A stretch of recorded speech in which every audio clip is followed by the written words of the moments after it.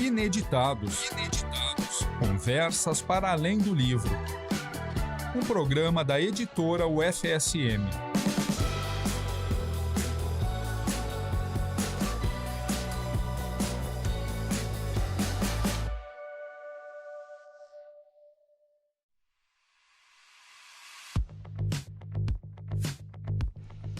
Olá para você que nos acompanha aí do outro lado. Estamos com mais um Ineditados, Conversas para além do livro, aqui na UniFM 107.9. Nos acompanhe nas nossas redes sociais, @editora UFSM, @livraria e grife UFSM, @radios UFSM, @ineditados podcast. Hoje nós vamos conversar mais um pouquinho sobre educação patrimonial, um pouco da história da nossa editora também, com o nosso convidado, colega aqui na UFSM, Walter Antônio Noal Filho. Seja muito bem-vindo. Muito obrigado, Jéssica. É um prazer estar aqui. Muito bem, vamos conversar, como eu sempre coloco aqui para os nossos convidados, um pouquinho do que foi o pequeno Walter, que cresceu aqui por Santa Maria, que conheceu as ruas da cidade num outro momento, estudou no Maneco. Conta um pouco de como era a tua infância e como que em um dado momento tu escolhe vir para a UFSM, fazer faculdade, como é que se deu a escolha da profissão? Muito bem. Eu quando criança, eu morei numa rua que tem outro nome hoje. Se chamava Rua Marquês de Maricá. E hoje ela se chama Astrogildo de Azevedo. Ali eu passei a primeira década da minha vida. Morávamos com os avós, com os pais, com irmãos, com tios. E foi uma infância muito alegre, né? Mais tarde, comecei os estudos, né? Primeiro no Colégio Marista Santa Maria, depois no Colégio Manuel Ribas. Tenho muitas lembranças saudosas do Colégio Manuel Ribas. E mais tarde fiz vestibular para comunicação visual. Em 1980 eu iniciei o curso e, conversando com a Jéssica antes da nossa gravação, descobrimos que somos colegas, então ela também, oriunda da mesma graduação, só que quando o curso já estava com o nome Desenho Industrial. Foi assim, fiz concurso na UFSM, antes havia trabalhado numa agência de propaganda durante 2 anos, a Mercado Propaganda, e é uma agência que não existe mais, e fiz concurso na UFSM e comecei a trabalhar na virada do ano de 85 para 86. Portanto, estou prestes a completar 40 anos como trabalhador da UFSM. E a aposentadoria é algo que eu ainda nem cogito, porque tenho planos para o futuro. Muito bem. E a gente... Eu fico imaginando, né, o curso que eu fiz. Nós, na época, eu terminei o curso, concluí ele em 2003, nós enfrentávamos uma dificuldade, que era, muitas vezes, levar os arquivos, começar a trabalhar com essa ideia de arquivo, porque nós vínhamos dessa transição muito do manual, do guache, de fazer arte final à mão, para um trabalho no computador e para preparação de arquivos para um formato de impressão que era diferente, que era o formato digital. Então, eu imagino a tua graduação frente à quantidade de transformações que tu observa até hoje. Quer dizer, quanta história tu pôde presenciar acontecendo, né? Conta um pouco como é que é lidar com isso, porque o teu trabalho enquanto designer depois aconteceu aqui na UFSM também, né? Sim. Conta um pouco, enfim, dessas etapas e desses locais pelos quais tu passou aqui na UFSM. Claro, conta um pouco da história da nossa editora. Sem dúvida. Na UFSM o meu cargo é programador visual. E eu realmente experimentei situações muito distintas no início da profissão e agora, né? E acompanhei bem essa transição. Só para dar um exemplo, quando no início nós fazíamos todos os projetos, ou seja, nós chamávamos layouts, todos os projetos eram absolutamente manuais, com o uso de tinta, pincel, régua, tesoura, cola, enfim, todos esses objetos que faziam parte da vida das pessoas que lidavam com projetos gráficos e outras atividades afins, né? Quando montávamos uma arte final, muitas vezes tínhamos que sair com uma pasta formato A1, ou seja, 66 por 96 centímetros, para levar numa gráfica ou numa empresa de comunicação, enfim, num jornal. Muitas vezes, no final da tarde, saía cheio de anúncios montados em arte final para levar no jornal A Razão, já ao anoitecer, né, no tempo da agência, isso, da Mercado. Mas na UFSM, muitas vezes cheguei na Palote com pastas imensas para impressão de trabalhos da universidade, ou até mesmo na imprensa universitária. Mas muitas coisas saíam na Palote. E a transição foi lenta, foi bastante difícil até, porque eu não consegui encontrar de imediato alguns meios para fazer a evolução do trabalho, né? A gente ouvia falar que com o computador poderia resolver algumas situações de forma mais simplificada, mas era tudo difícil de obter informações na época, né? E me lembro, assim, lá por 1993, por aí, eu consegui, pela primeira vez, ter um computador para trabalhar. Daí instalamos um programa CorelDRAW, uma versão antiga do CorelDRAW. Devia ser o 4, devia ser o Corel 3. Eu acho que era o 3, em inglês, idioma que eu não tenho a menor fluência. E também não tinha fluência nenhuma em informática, né? Então, era uma situação hilária. Eu dava um comando e ia tomar um café, voltava e aquela ampulhetinha que era o símbolo do processamento de alguma coisa no Windows ainda continuava girando, né? Então, foi um processo demorado, né? E era uma geringonça, né? Era uma geringonça, exatamente.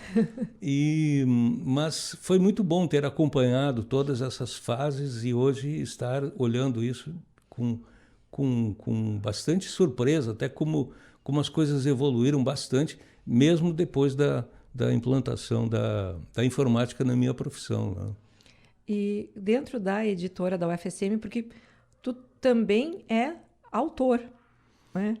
Então, conta um pouco dessa relação com a editora da UFSM, dentro da editora enquanto programador visual, porque são vários projetos assinados por ti, e ainda enquanto autor, né? Que tem o teu envolvimento com toda a história aqui da região, também é muito reconhecido, né? Pois é, uma pergunta excelente, Jéssica. Foi assim, em 1991, eu comecei a trabalhar na editora da universidade e, na época, as condições eram bastante limitadas, né? Nós passamos os primeiros tempos lutando para que tivéssemos o elementar para conseguir fazer algum trabalho. Mas em 1996, final do ano de 96, eu comentei com o diretor da editora na época, o primeiro diretor oficial da editora, Delmar Bressan. Comentei com ele que no ano seguinte, Santa Maria estaria celebrando os 200 anos de fundação, e pouca gente comemoraria essa data ou nem saberia de que se trata, porque as pessoas consideram o aniversário de Santa Maria como o ano da emancipação política, o que também é um aniversário, é um outro aniversário, né? Mas eu considero que a fundação, ou seja, é como se fosse o nascimento de uma pessoa, né? Ela nasceu em 1797 e foi emancipada em 1858. Portanto, é como se fosse o nascimento e a maioridade, digamos assim, né? Então, naquela época eu sugeri na editora que se fizesse um livro com características comemorativas dessa data, mas com algum conteúdo mais aprofundado. E sugeri isso, nunca imaginei que poderia um dia vir a participar também do projeto. Nós chamamos um amigo na época, o José Newton Cardoso Marchiori, e ele disse, olha, eu topo fazer, mas só se tu fizer comigo.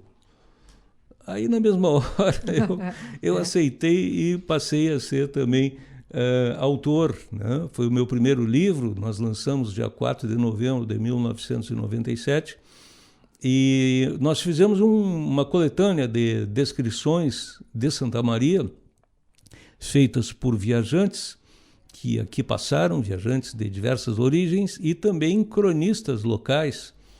E é um livro que foi uma grata satisfação ter participado. E mais tarde, incentivado pela editora da universidade, nós fizemos uma segunda edição, que saiu em 2008. Essa edição ainda disponível para comercialização. Uhum. Mas foi isso, foi meio susto, assim. O convite foi na hora e eu sabia da importância do livro e aceitei. E também diagramei todo o material, na época ainda com parte do material sendo feito manual ainda, né? Algumas coisas já usando os recursos do computador. Eu me coaduno com essa tua postura, porque eu cheguei a organizar um livro chamado Sussurros da Boca do Monte. E ele trazia pequenas descrições de locais considerados patrimoniais aqui da cidade, não necessariamente patrimônio tombado, mas considerados icônicos da cidade, acompanhado de contos que usavam aquele local como cenário para uma história fantástica. Então era focado em uma pegada literatura infanto-juvenil, mas sem deixar de lado fazer com que o leitor entendesse que aquele local existe. Então sempre tinha um pequeno relato dizendo de onde ficava aquele ponto e qual a importância para a cidade, porque que ele tinha sido eleito para ser cenário do conto, né? E essa coisa dos relatos. Então todas as histórias eram contos como alguém relatando algo, porque isso dá uma profundidade para aquele espaço que é a cidade. Uhum. Né? E que todas as pessoas no dia a dia estão circulando por ali e muitas vezes esquecem o cenário que estão passando, quanta coisa já aconteceu por ali. Né? Então, essa coisa do nosso imaginário social sobre a cidade, que influencia muito sobre aquilo que ela representa, não só para nós, mas passa a representar em gerações. E daí, puxando agora para a educação patrimonial, eu sempre comentava que quem estivesse lendo e depois de folhear as páginas, um belo dia está andando na rua e diz, nossa, esse prédio aqui é aquele daquele conto, ou é aquele daquela foto, né? No teu caso, né? Nossa, a rua do acampamento, olha só como está diferente. Provocar essas pequenas reflexões fazem com que o cidadão entenda a cidade como um sujeito também. Isso. Né? Digno de preocupação, de cuidado, né? Porque tem até uma personalidade esse local, uma persona, né? Então, eu acho que essa é uma toada que tu imprime no teu material e que eu reconheço bastante. Eu me coaduno com o tipo de pensamento, sabe? Trazer essa coisa dos relatos sobre a cidade. De viajantes, né, no caso. Quer dizer, são pessoas que tiveram uma passagem por aqui e que levaram, em alguma medida, consigo essa persona da cidade de Santa Maria. Né? Exato. Antes, porém, eu quero fazer um registro aqui no ar O projeto gráfico da Jéssica no livro Sussurros é realmente extraordinário, é lindíssimo. Conhece? Então, além do conteúdo, faço referência ao projeto. Quanto à vinda dos viajantes, claro, existem aqueles que são conhecidos e consagrados, como Auguste Saint-Hilaire, o mais famoso de todos que visitou o Brasil, né, e que esteve aqui em 1821, ele viu Santa Maria, ele descreveu Santa Maria. Portanto, essa é uma das evidências que Santa Maria é muito mais antiga do que aqueles que imaginam que a data da fundação seria 1858. Ele passou por aqui, então, 1821. E alguns viajantes têm descrições efêmeras, algumas vezes carregadas de preconceitos, alguns equívocos, mas tudo isso é rico porque são depoimentos espontâneos, né, de quem às vezes chegava aqui de manhã e saía de tarde, né. Tem situações bem, algumas vezes pitorescas, fala sobre situações, inclusive sobre pestes que nos assolaram aqui em várias épocas, e não só em 1918, mas outras, né? Enfim, mas são experiências muito importantes, e essas experiências foram vividas dentro da editora da universidade, onde eu trabalhei quase 10 anos. E nos conta um pouco da história que tu vivenciou ali na editora, enquanto local, como é que ela funcionava, porque hoje ela está num espaço diferente e se planejam ainda outras modificações, né? Então, conta desse momento e da tua vivência, até porque antes disso ela não tinha uma característica ainda muito, entre aspas, editorial. Ela fazia muito de um auxílio aos docentes, até onde sei, que era na organização de cadernos didáticos. Isso. Né? Então, os professores tinham o seu material e gostariam, então, de transformar aquilo ali em algo para apresentar na sala de aula, e a editora fazia um pouco dessa função, né? De dar uma linha condutora, talvez, do texto, né? Alguma coisa assim, uma apostila, né? Nesse sentido. E então, tu começa a trabalhar ali quando ela é formatada, vamos dizer assim, como editora. Não, até antes disso. Na verdade, nós encontramos a editora numa situação bastante precária na época. Ela havia existido desde 1981, se não me engano. Funcionava no prédio da reitoria, no último andar. E ali, eu acho que não eram realizados os trabalhos de editoração propriamente. Eles eram feitos dentro da imprensa universitária, né? Com mão de obra não da editora, mas sobre esse período eu não sei, porque eu cheguei 10 anos depois. Sim, né? Na época que comecei a trabalhar na editora, ela estava praticamente inoperante, né? Havia uma funcionária que atendia alguns pedidos do Programa Interdisciplinar de Distribuição do Livro, algo assim, cuja sigla é PIDL. E Programa Interuniversitário, acho que era. Bom, perdão aos ouvintes.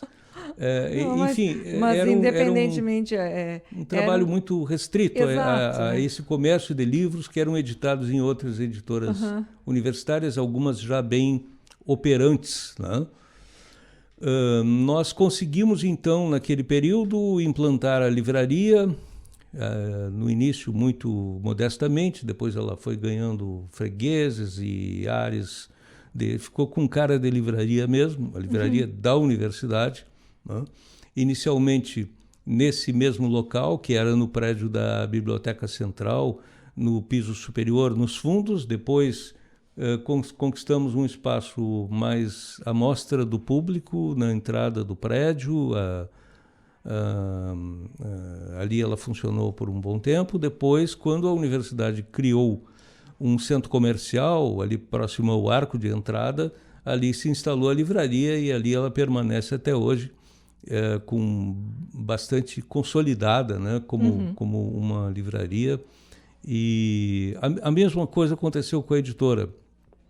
Em processos, em épocas distintas, ela foi ganhando mais importância, foi montando um acervo de respeito, né, e investindo em diversas operações, como a distribuição mais profissional, projetos gráficos bem elaborados, e, enfim. E hoje nós temos uma editora da UFSM bastante fortalecida e ao nível das boas editoras universitárias brasileiras, eu diria. Fico muito contente de ver esse avanço, porque quem participou daquele momento inicial realmente é um contraste imenso. E conta um pouco da tua trajetória enquanto autor e pesquisador, porque já foi patrono da nossa Feira do Livro, e nós temos ali não só temos o Santa Maria Relatos e Impressões de Viagem, mas o Santa Maria Passado Pitoresco em Prosa Fluida, e pesquisas também envolvendo a cidade de Porto Alegre, com autores de lá. Como é que tu transita? Porque é um hobby ou é um trabalho? Como é que isso entra na tua vida enquanto espaço mesmo? Porque também é uma carreira bem construída, né? Obrigado. Foi tudo meio ao acaso, Jéssica. Na verdade, eu não sou historiador, não sou arquivista, não sou arquiteto, não tenho nenhuma profissão com essas características que geralmente levam as pessoas a pesquisarem o que eu pesquiso. Mas por gosto, por hobby mesmo, e completamente por paixão, assim, porque gosto mesmo.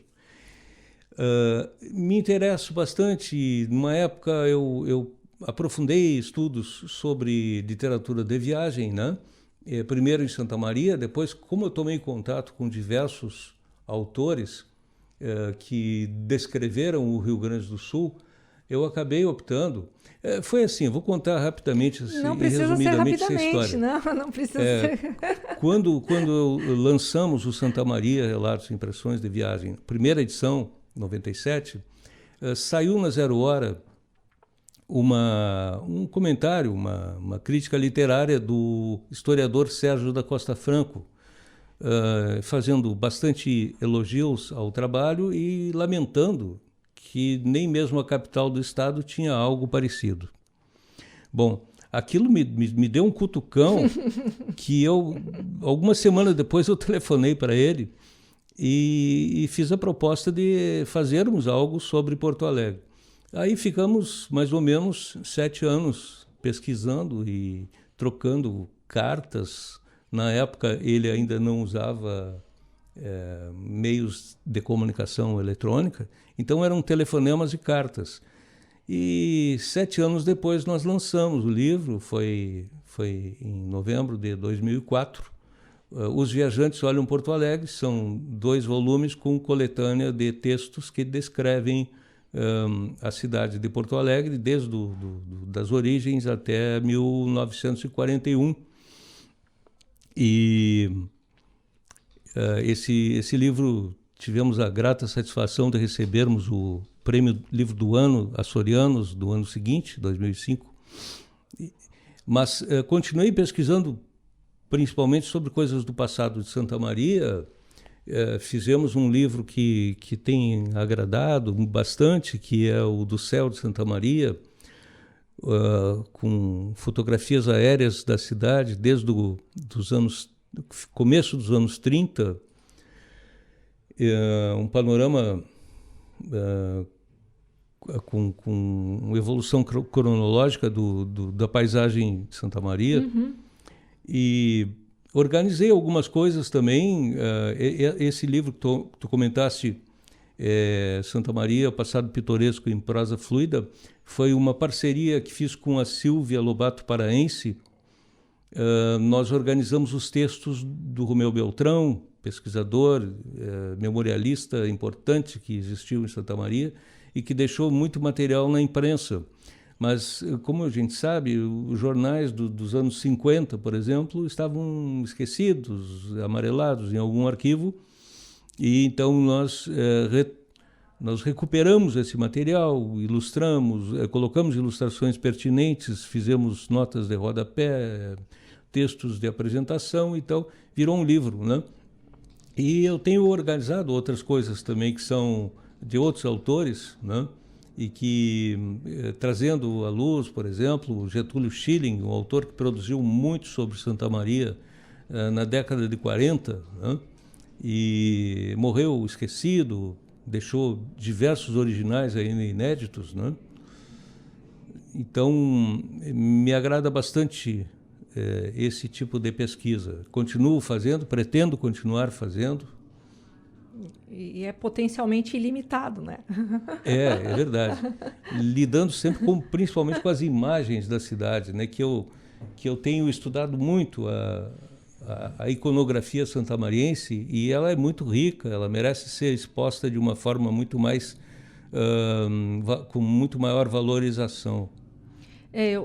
A nossa editora acaba tendo um pouco desse DNA em função de pesquisas sobre Felipe de Oliveira, por exemplo. Nós tivemos aí um lançamento bastante movimentado no ano passado, com livros feitos também com trabalho gráfico adequado, né? Muito o que o professor Binato conversou conosco aqui, né, na semana passada, em virtude de Pedras Altas, que a UFSM acabou virando fiel depositária durante um período. Então, muitos dos arquivos estão aqui. E, às vezes, eu penso, pensando agora mais recentemente, que o clube lá dos ferroviários, né, ali na Vila Belga, foi recentemente realizado, está sendo ainda realizada enfim, revitalização, mais até do que uma revitalização, e foram acessados arquivos, enfim, materiais que estavam lá no porão do clube, né? Então, assim, são materiais que hoje têm uma importância histórica muito forte, que na época não se dava bola, porque, enfim, passou-se a chave no clube e lá, né, ficou fechado por 60 anos, e que hoje eu percebo que tem uma história gráfica, inclusive, na cidade, muito importante. Talvez por conta dos viajantes, das pessoas que circulavam, trazendo, né, na própria Gare, os ferroviários, trazendo ideias, trazendo panfletagem de coisas, as festas que eram realizadas lá, algumas com uma coisa muito Toulouse-Lautrec, assim, muito um estilo, sabe? Que eu fico pensando que, embora não fosse característico da cidade, porque aqui tinha pelo menos um amálgama de coisas, porque as informações circulavam e a forma de circular era no papel. Então, alguém que, em alguma medida, juntasse isso tudo, eu acho que seria um pouco o nosso arquivo municipal, o Arquivo Histórico Municipal, um pouco faz essa função, e também a Casa de Memória Edmundo Cardoso, né? Mas eu já conversei com alguns colegas que teriam material bastante importante para fazer uma seleção e termos um espaço museológico dedicado às artes gráficas, não necessariamente produzidas em Santa Maria num primeiro momento, mas que influenciaram a produção que veio depois. Sim. Né? O que tu pensa sobre isso, ou até conhece sobre isso, né? Sobre essa história do material, porque nós temos aqui uma pesquisa tua muito fundante dessas nas fotografias e tal. O que tu percebe, né, nesses levantamentos? O que tu já encontrou nesse sentido? Bem, tu falaste bem, o Arquivo Histórico Municipal e a Casa de Memória de Edmundo Cardoso são realmente duas instituições que têm um papel importantíssimo na preservação desse material. Obviamente que deve existir acervos importantes que ainda não estão sob a guarda dessas duas instituições, mas elas dão conta, por enquanto pelo menos, de preservar esse material e de torná-los acessíveis a pesquisas, enfim. Óbvio que uma iniciativa de um museu ou algo com essas características somente enriqueceria mais essa É uma verve, eu acho, que tem, né, aqui na cidade. Nós tínhamos o próprio curso de desenho industrial, né, se coloca como um pioneiro, né, no cenário de ensino superior em comunicação, né, e em comunicação visual. Isso. Então, muitas vezes eu me pego pensando até com amigos, ilustradores e pessoas que se colocam de uma, entre aspas, velha guarda, dizendo: eu tenho muito material e eu tenho muito medo que, quando eu me for, alguém olhe esse monte de material e coloque no lado do container lá na rua. Exato. Porque não vão dar o devido olhar, né? Exatamente. Eu tenho também essa preocupação, Jéssica. Tanto é que o meu plano é tornar viável e difundir o acervo que eu consegui juntar, né, que eu considero muito importante, com imagens da cidade, não só torná-las conhecidas, como acompanhadas de descrições. Exato, né? E informações periféricas que se relacionam com elas, né, de diversos tipos, né. Eu tenho isso como meta para fazer até os últimos dias. Tomara que demorem ainda para chegar. Pelo menos uns 40 anos a gente tem ainda. Talvez não. Eu estou prestes a completar 65 anos. Então, mas enfim, vou dedicar bastante energia para isso. E acho que é um trabalho fascinante, assim, é uma satisfação imensa ter essa possibilidade de colocá-lo em prática, né? E dentro da UFSM, pretendo Exato. fazer isso dentro da UFSM. A gente percebe, de uns anos para cá, o pensamento da valorização patrimonial, que antes me parece que não era tão discutido, ou que não era tão incentivado, em certa medida. Aí nós temos vários lançamentos, por vir amanhã mesmo, vamos ter um lançamento ali no Centro de Artes e Letras, que é de um livro, edição de luxo, que foi feito pelos professores aqui da UFSM, com curadoria da professora Vera, ali do acervo, sobre um material de artes visuais da instituição. Claro, não é nem metade, nem 10%, eu acho, das obras que estão ali presentes no nosso acervo, mas que são consideradas muito relevantes, muito icônicas, seja numa técnica, seja por representarem um determinado momento, e que compuseram um material de luxo, um livro, material excelente com investimento. Assim, a gente percebe que é aquele livro que dá gosto de deixar em cima da mesa de centro, na sala. Então, a relevância disso, quer dizer, a gente consegue entender que, se existia um investimento, é porque se compreende hoje que aquela abordagem é importante, né? E dentro da nossa instituição aqui, nós tivemos, então, essa liberdade de conseguir projetar um material que vai dar orgulho de alguém receber e levar para o seu país, né? Um convidado que venha visitar possa levar, em certa medida, um pedaço da universidade, né? Nas suas obras para outros lugares. Então, essa coisa do local e do global, quer dizer, aquilo que eu produzo no meu local, mas que é digno de exibição em qualquer parte do mundo, né? Sim.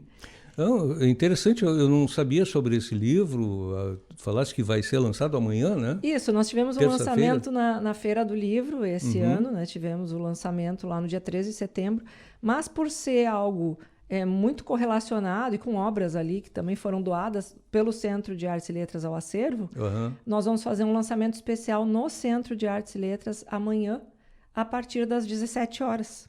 Então, a nossa comunidade também já se sinta convidada, porque esperamos que vai ser ali no Caixa Preta, né? Esperamos que tenha ali um público focado, interessado. O nosso lançamento na Feira do Livro foi muito bom, mas imaginamos que aqui teremos um outro momento excelente, né? Dado o público. Publicação da editora da UFSM. Isso em parceria com a Pró-Reitoria de Extensão, uma vez que o acervo é pertencente, né, à Pró-Reitoria de Extensão. Certo. Então, é uma edição colaborativa, digamos assim, e que, por conta disso, podemos, então, juntar os esforços e realmente fazer um projeto de algo mais elaborado, o projeto do Roberto Gerhard. Então, ele sai aqui pela nossa editora com um projeto feito pelo professor da UFN. Então, que vindo aqui também para outros fins, outras pesquisas, foi essa coisa, nós temos que dar o devido valor. E aí começa essa sinergia, né? O que vocês acham? Vocês acham que é possível? Eu faria, olha, porque às vezes não é só isso, né, Walter? Não é só dar ideia. Vai fazer? Claro, né? claro. Mas, ideia temos muitas, mas nem sempre a gente consegue fazer, mas né? que ótima notícia. E cumprimentos aos organizadores e todas as pessoas envolvidas. Nós vamos fazer amanhã, né, a partir das 17 horas, vamos fazer um encontro. Vai ter a fala do professor Enéas Tavares, que é o atual diretor, e daí vamos ter a venda dos exemplares e vamos ter também a fala dos profissionais que fizeram a curadoria, né? E, bom, retomando um pouquinho aqui da nossa conversa, conta um pouco sobre os teus outros materiais. A gente tem, conversando aqui sobre esses materiais gráficos, né, que tu tem, como é que é a pesquisa, por exemplo, né, a gente estava falando de curadoria agora há pouco, quando juntou com o professor José Newton Marchiori, que ele é da parte, se não me falha a memória, da parte das biológicas. Ele é engenheiro florestal, então. Professor aposentado da UFSM, mas o Marchiori sempre foi uma pessoa inquieta e curiosa, com curiosidades bastante... Porque tu falaste, não é historiador, né? Ele também não. Ele né? também não, E ele sempre se envolveu com muita coisa, inclusive, já que falamos sobre Pedras Altas, ele também teve um trabalho importante ali junto com o Luiz Binato de Almeida, a professora Artenisa Rocha, no projeto que funcionou na época da existência do IPREMEC, né? Então, enfim, o Marchiori é um curioso que sempre se envolveu bastante e, inclusive, o interesse dele por literatura de viagem antecede ao meu, né? E eu, bastante influenciado pelo interesse dele, também eu acabei me dedicando a pesquisar e a ler sobre tudo que estava ao alcance sobre esse assunto, né? O professor Marchiori, ele fez uma revisão recentemente do capítulo dele, junto ali ao livro Interpretações de J.F. de Assis Brasil, porque nós vamos fazer uma segunda edição, justamente em virtude da aquisição recente de toda a Granja de Pedras Altas, o castelo. Então, vamos fazer, já pensando nessa publicação de um livro com um teor mais... fisicamente mais elaborado, para que seja vendido, que seja disponibilizado até como souvenir para quem visita o castelo. E, claro, o professor Marchiori já está aposentado há alguns anos, então o trabalho que ele tem feito conosco é mais nesse sentido à distância. Então, não sei se poderemos, em alguma ocasião, contar com uma entrevista com ele aqui, mas, né, talvez. Vamos nos organizar, de repente é possível. Mas o que tem feito? Como o Assis Brasil trouxe muitas espécies para cá, espécies vegetais, porque ele estava fazendo testes, experiências na granja, o professor Marchiori foi o consultor na ocasião dessas, enfim, de averiguar, fazer quase que um cenário histórico da parte de agricultura, das plantações, enfim, do que o Assis Brasil tinha promovido. Então, essa parte biológica, ele associou com a parte histórica para fazer as análises, né? E agora ele realizou uma atualização do material também. Então, ele continua ativo na parte de autoria e fazendo colaborações ainda ali, né, com a nossa editora, junto ali do professor Binato. Nós temos esse material que vai sair, ainda acredito que para o ano de 2026, esse ano, né, nós não temos ainda, não temos como fazer, né? Já estamos com a nossa agenda 25 encerrada. Mas para o ano que vem vamos pensar, já estamos elaborando em função de fotografias, muito material que ficou aqui no IPREMEC, né? Junto do nosso arquivo fotográfico aqui, para fazer uma atualização, porque não só o texto precisa ser atualizado, toda a questão histórica da aquisição.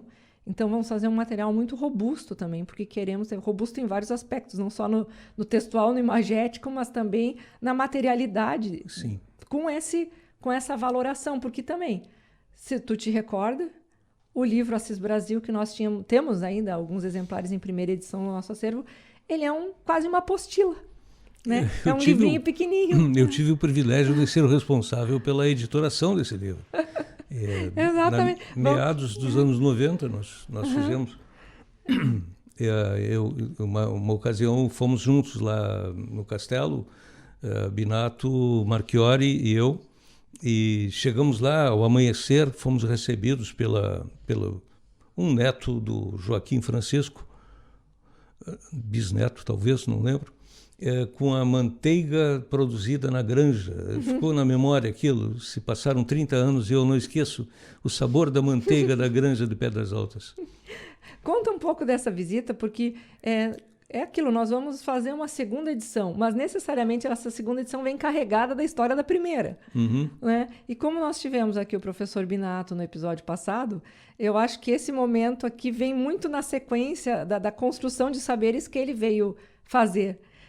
Conta como é que foi elaborar, por exemplo, não vou entrar em detalhes na história para não me adiantar, a coisa do sinete que vocês fizeram na primeira página. Não, Jéssica, não estou lembrando sobre isso. Mas conta então da tua experiência quando chegar no momento ali do sinete. Eu coloco, foi uma história que nós tínhamos visto ali com o professor Binato, que a edição anterior ela tem uma espécie de marca d'água. Sim, marca d'água, sim, que era um carimbo que estava lá disponível. Isso que ele chama de sinete, esse carimbo. Perdão, eu não sabia que então, tinha esse nome também. Mas então, conta da experiência de vocês na visita, conta como é que foi elaborar esse material e conta do sinete. Certo. Não, bom, se passaram 30 anos, eu não tenho fresco na memória tudo isso, mas com relação ao sinete ou marca d'água, eu me lembro que o Binato comentou que havia um instrumento, uma ferramenta que faria isso, né, que era do tempo que o Joaquim Francisco de Assis Brasil produzia documentos dele próprio, né? E personalizava esses documentos. Sim. E então nós julgamos oportuno colocar no livro, né? Foi uma decisão unânime dentro da editora, né? E foi assim, com relação a ter editorado o livro, foi para mim uma satisfação, porque essa visita que nós fizemos foi cheia de curiosidades que eu tinha, porque é a primeira vez que eu visitei o castelo. Mais tarde eu estive lá novamente. Mas como foi uma visita, digamos assim, ciceroneada por especialistas que estavam trabalhando lá e também pelos familiares dos descendentes do Joaquim Francisco que viviam no castelo, nós tivemos acesso a lugares, a recantos da granja toda, não só do castelo, que o visitante normal não teria acesso, né? Uhum. Começando pelo saboroso café da manhã. Então eu voltei de lá encantado com tudo que vi, né? E lamentando que naquela época o castelo já dava pequenos sinais de o cuidado que talvez merecesse, não estava completamente satisfeito, né?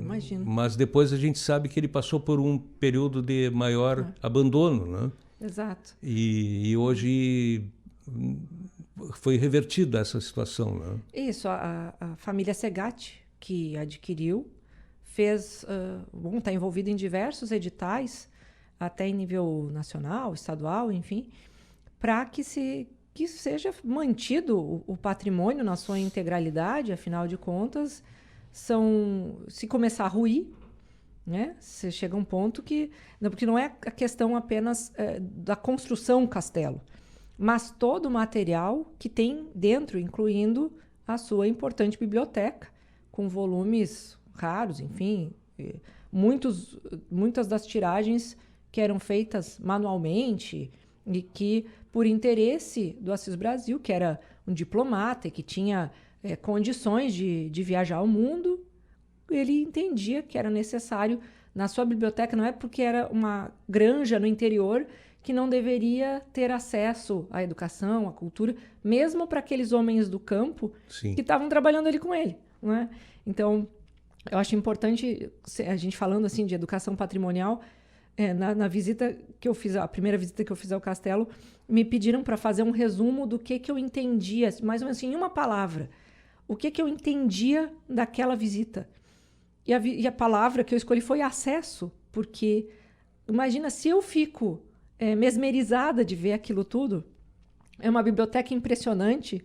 Até nos dias de hoje, que a gente está cercado de PDF baixado no computador e não lê muitos, né? Uhum. Mas baixa. Supostamente a gente tem acesso a muito material.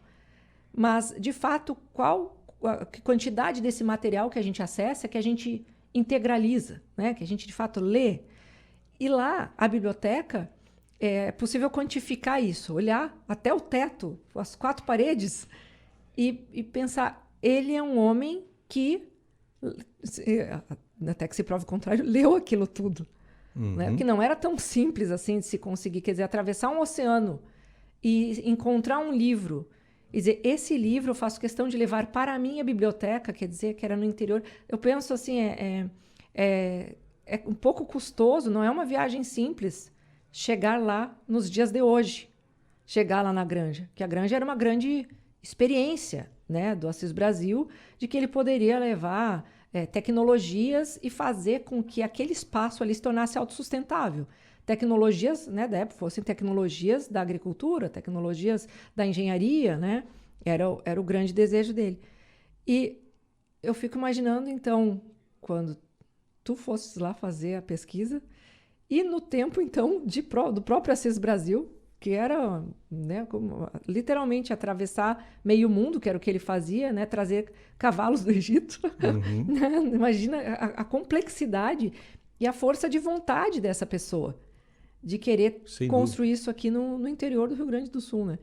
Então, eu entendo que o papel que ele fez enquanto um educador patrimonial também, a seu modo, foi muito importante, né? É muito importante e está se refletindo até hoje nessa revigoração que está sendo feita, revitalização que está sendo feita ali do espaço do castelo.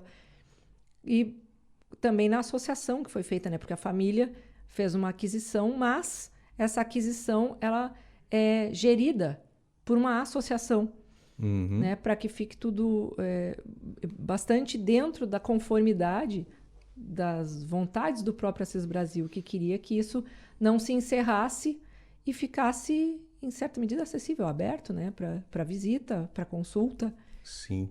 Sabe, Jéssica, para mim que trabalho com impressões de Santa Maria, que hoje nem tanto, mas mais em outra época,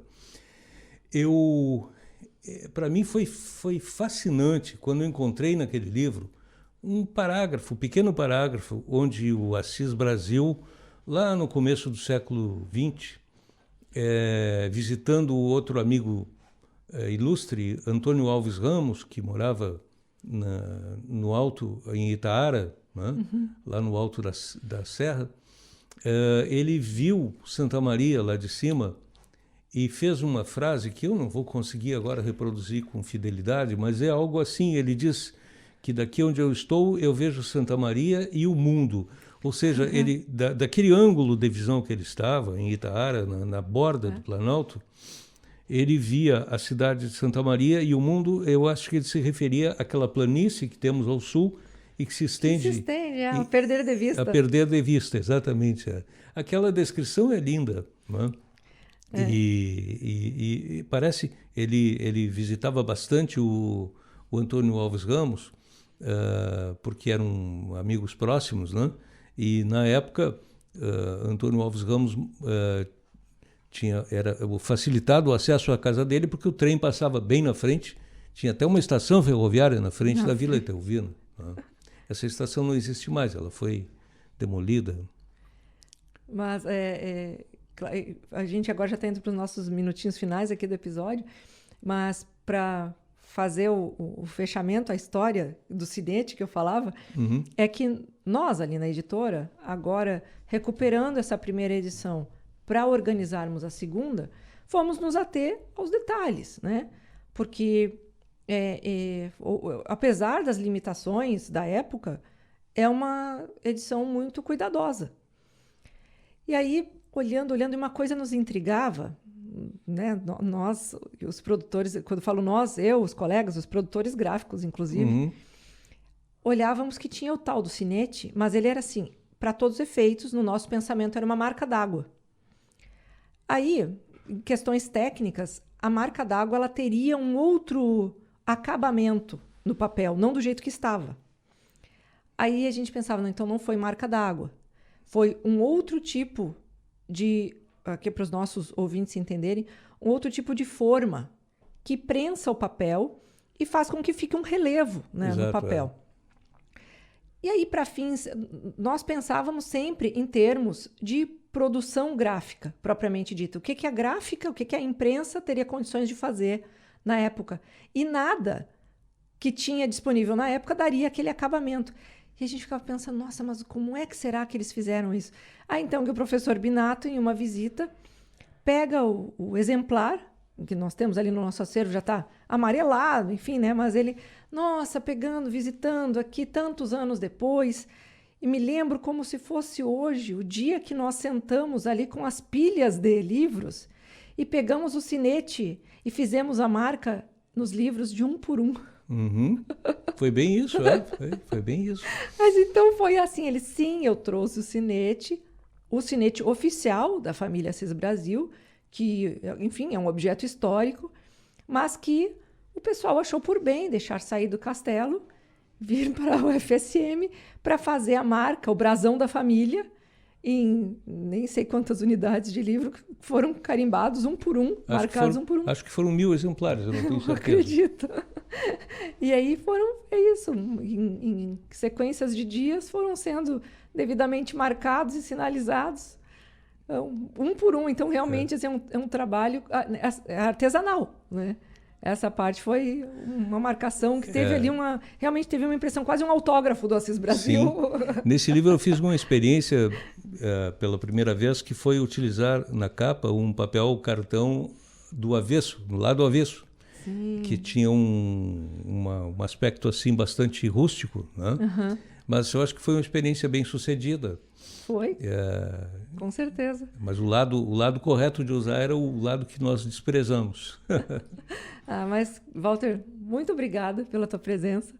Eu também agradeço, Jéssica. Excelente.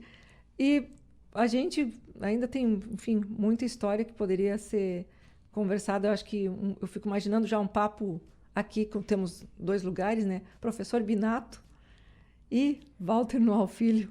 E quem sabe o Marchiori também, e quem né? sabe conseguimos convencer o professor Marchiori a vir aqui fazer uma entrevista. Muito obrigada. Agradeço também. E para você que nos escutou, nos acompanhe aí nas nossas redes sociais, @editora_UFSM, @livraria e grife UFSM, @ineditadospodcast, que falta? Rádios UFSM. Eu sou Jéssica Dalcin, um grande abraço. Na semana que vem teremos uma reprise sobre o episódio do Acervo Artístico aqui em função do nosso lançamento. Até mais, até semana que vem. Ineditados. Conversas para além do livro. Um programa da editora UFSM.